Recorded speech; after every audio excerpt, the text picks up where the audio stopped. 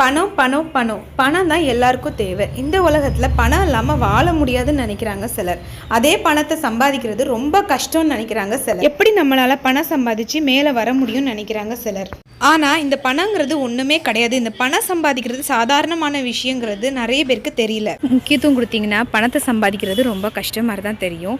பணத்தை எப்படி சம்பாதிக்கிறங்கிறது தான் இந்த வீடியோவில் நான் இப்போ சொல்ல போகிறேன். சம்பாதிக்கிறதுக்கு பைபிளில் என்ன போட்டிருக்குன்னு நம்ம ஃபாலோ பண்ணோன்னா நிச்சயமாக ஈஸியாக நம்மளால் பணத்தை சம்பாதிக்க முடியும். பார்த்தீங்கன்னா சம்பாதிக்கிற பலத்தை நான் உனக்கு தருவேன் வசனம் இருக்குது. ரெண்டாவது பார்த்தீங்கன்னா உயர்வு கர்த்தரால் வரும்னு வசனம் இருக்குது. பார்த்தீங்கன்னா உன்னை ஆசீர்வதிப்பதே கர்த்தருக்கு பிரியம் இருக்குது வசனம். கர்த்தர் ஆசீர்வதித்தால் அதனுடைய அவர் வேதனையை கூட்டாருன்னு வசனம். Okay, God has promised all these things. இதுக்கு நான் என்ன பண்ணணும் அப்படின்னு நீங்க நினைக்கிறீங்க? வாய்க்கால்களை நீங்க வெட்டுங்க, அதை நான் நிரப்புவேன் அப்படின்னு கர்த்தர் சொல்றாரு.